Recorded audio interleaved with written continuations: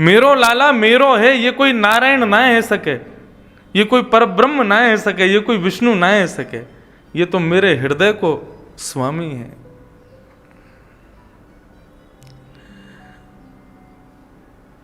और गर्गाचार्य जी के उस भाव को जब स्मरण करती है और ठाकुर जी के द्वारा इस विलक्षण पर्वत को अपनी इकन्नी उंगली पर उठाए हुए देखती है, तो यशोदा मैया को घबराहट होती है, कहीं वास्तव में मेरो लाला नारायण तो ना है,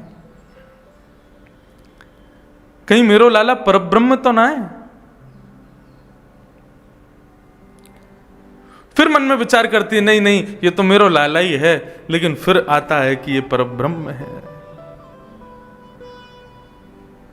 दोनों भाव मैया के हृदय में कोलाहल कर रहे हैं।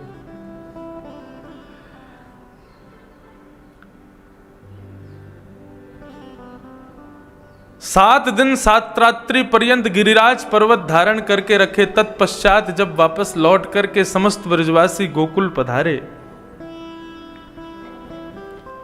7 दिन 7 रात्रि पर्यंत सब लोगों ने आराम किया होगा, लेकिन यशोदा मैया टकटकी लगा करके लाला की ओर देख रही है बस।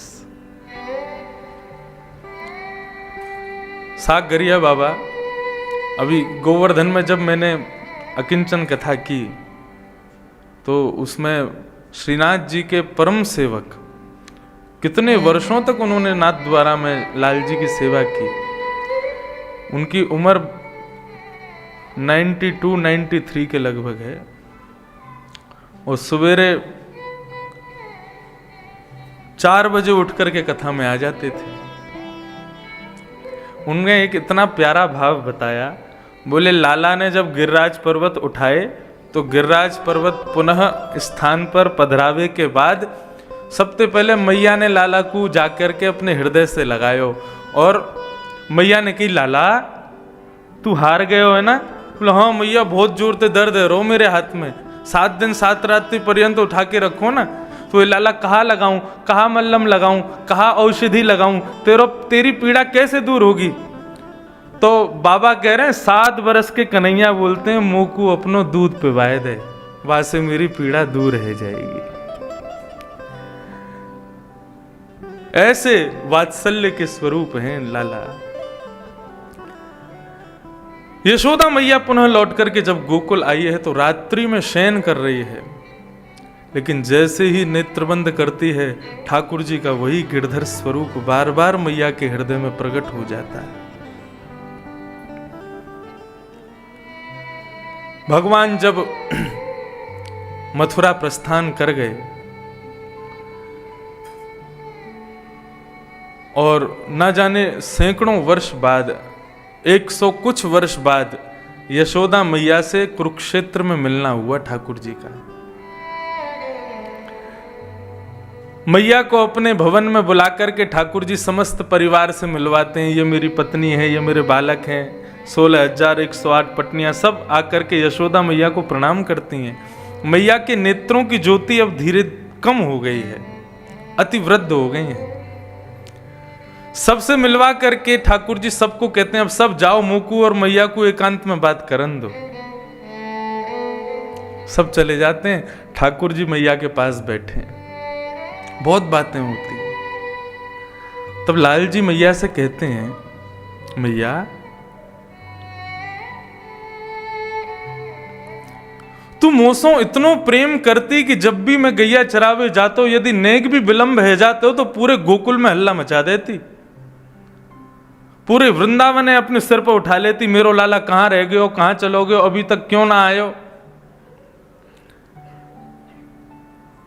कालिया नाग को मारवे के काजे में जमुना जी में कूद गयो, तू मेरे विरह में मूर्छित है गई तू। मैं निरंतर यूं ही सोचता हूं कि यदि काउदना मैया को छोड़ के मैं चलो गयो तो मेरे विरह में प्राण त्याग देगी, लेकिन आज मैया इतने वर्ष है गए, तू अब भी बैठी है। मैं जादना ब्रज छोड़ करके गयो, वही दिना तेरे प्राण निकर जाने चाहिए, तू अभी तक जीवित कैसे है? तू मोसों इतनो प्रेम करे, मुझको बता, मेरे बगैर एक पल भी तो को चैन ना आतो, तू इतने वर्ष कैसे रही? यशोदा मैया के नेत्र सजल हो गए। ठाकुर जी सो कहे, एक तेरो निगोरो स्वरूप मेरे हृदय में अटक के बैठो है। मैं जब जब लाला अपने नेत्र बंद करूं या जब जब अपने प्राणन को परित्याग करवे को भाव रखूं, वो तेरो स्वरूप मेरे प्राणन को निकरन नाय दे। ठाकुर जी ने कही, मैया कैसो स्वरूप है? तब मैया ने की, मुंह को हृदय से लगा, मेरे हृदय से वो स्वरूप तेरे हृदय में दिखाई देगो। ठाकुर जी ने जैसे ही यशोदा मैया को हृदय से लगायो, ठाकुर जी ने अपने हृदय में झांक करके देखो तो वहां पर ठाकुर जी का गिरधर स्वरूप विराजमान है। ठाकुर जी के नेत्र सजल हो गए, ऐसो प्यारो स्वरूप। एक भुजा ऊपर उठी है, दूसरी भुजा कमर पर रखी है और ठाकुर जी नीचे चरणन में देख रहे हैं। कौन को देख रहे हैं? 7 दिन 7 रात्रि पर्यंत यशोदा मैया घी की मालिश कर रही है ठाकुर जी के चरणन में, तो यशोदा जी को ही देख रहे हैं लाल जी। ठाकुर जी इतने आनंदित है कि मैया के चरणन में अपनो सिर रख करके प्रणाम कियो। बोले, मैया तू देखियो, कलयुग में मेरो अवतार जब होगो सो होगो, लेकिन कलयुग के मानव सृष्टि को उद्धार करवे के काजे मैया स्वरूप को गिरिराज जी से प्रकट करूंगी। और वही यशोदा मैया के हृदय के स्वरूप इसी कलिकाल में श्री गोवर्धन पर्वत से श्रीनाथ जी के रूप में प्रकट हुए हैं।